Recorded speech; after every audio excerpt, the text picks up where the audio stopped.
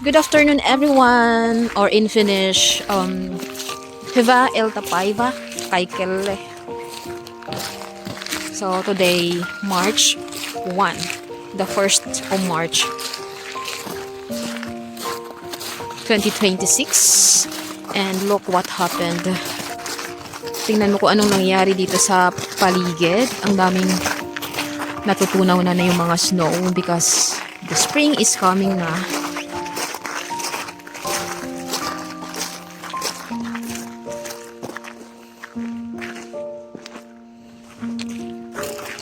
So mayroong mga slush sa gilid ng daanan. So today, nagpaplano kaming mag-walking to the forest. Gusto lang namin makalanghap ng fresh air. At saka hindi na malamig today. Ano na siya, 0. May mga hamog. So nagtutunaw na yung mga yellow. Mag-change na sa spring.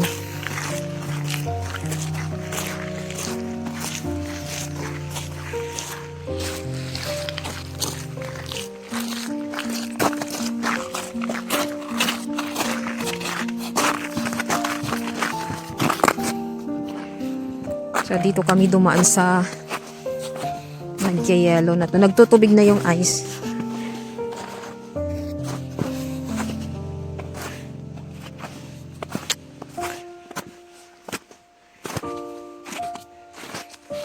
Pupunta kami sa forest. Palagi kaming nagwo-walking dito every summer, mapa-winter man, summer or spring or autumn. Ito yung mas palapit dito sa aming tahanan.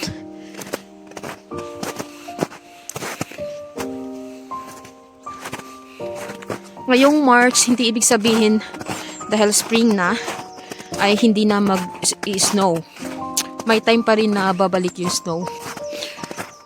And then, may time na matutunaw ulit. And then, mag-snow ulit. So, paiba-iba ang weather. At kaninang umaga, umulan dito.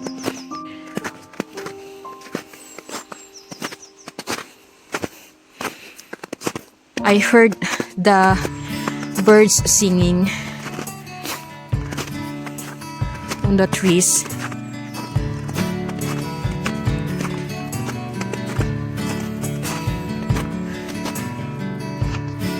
So last week, nagpaplano pa naman akong pupunta kami sa Kokonieme para mag-ski.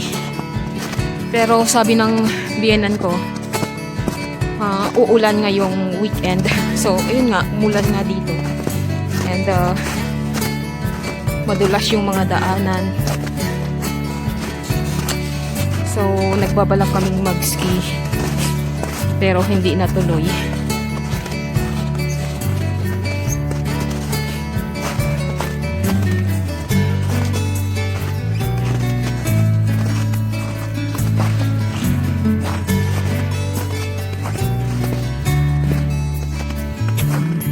So, kung nakikita nyo yung mga punong kahoy, wala na silang masyadong mga dahon because of winter. So, ngayon, yung spring darating na naman, mag-start na naman silang mag-grow ulit yung mga dahon. Yung mga bulaklak, mga tanim, lahat ng mga tanim, tutubo na naman. Mamumulaklak yung mga bulaklak. At magkakaroon na naman ng panibagong mga dahon yung mga punong kahoy.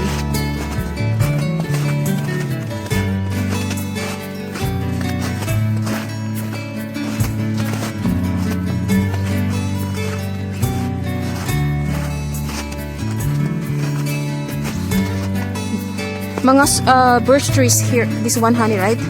All the trees here.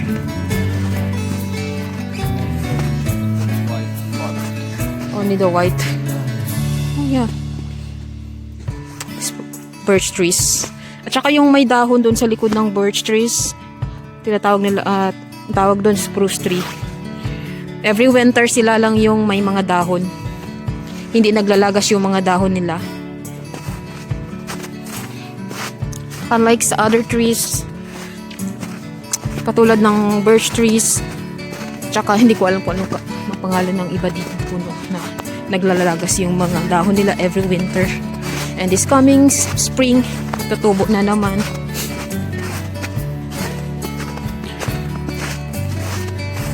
So, ayan. What is that? Mabuti na lang mababa ako. Hindi ako mauuntog.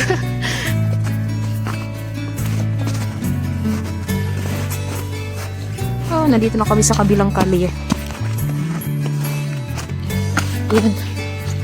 Wow, ang ganda ng tanawin. And also foggy today. Oo.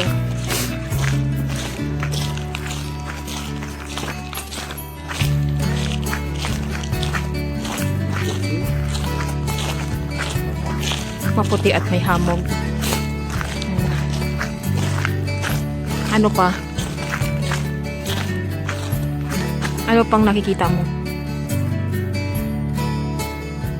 Mga bahay.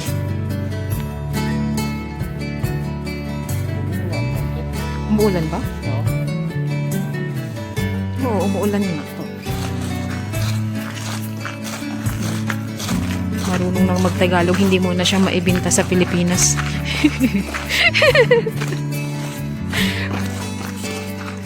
So last week nandito kami. Last week may mga snow pa dito. And then dito ako nag-practice mag-ski kasi medyo ano siya, downhill. So maganda mag-practice dito. Kaya lang malas ngayong week kasi walang snow. Natunaw na lahat.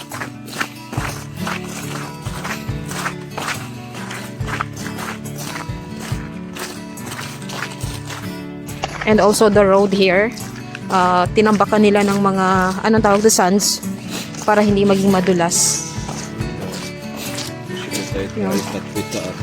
Yeah. Yeah.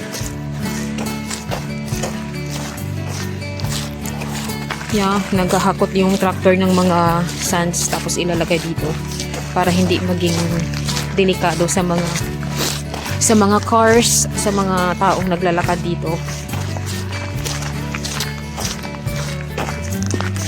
Napaka-peaceful ng barangay natin.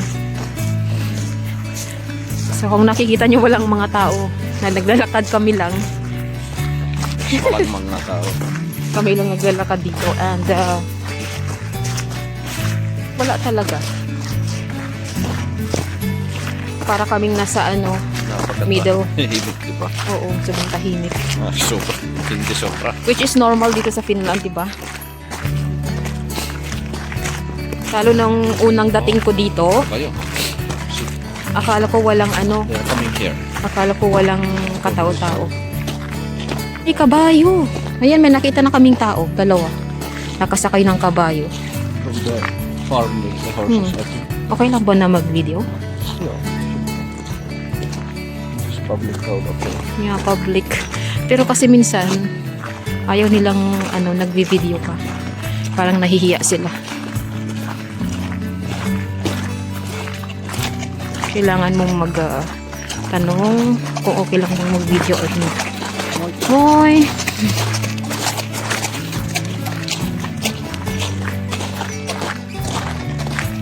So, Kaksi Hevoset. Hevosta. Hevosta. Ayan.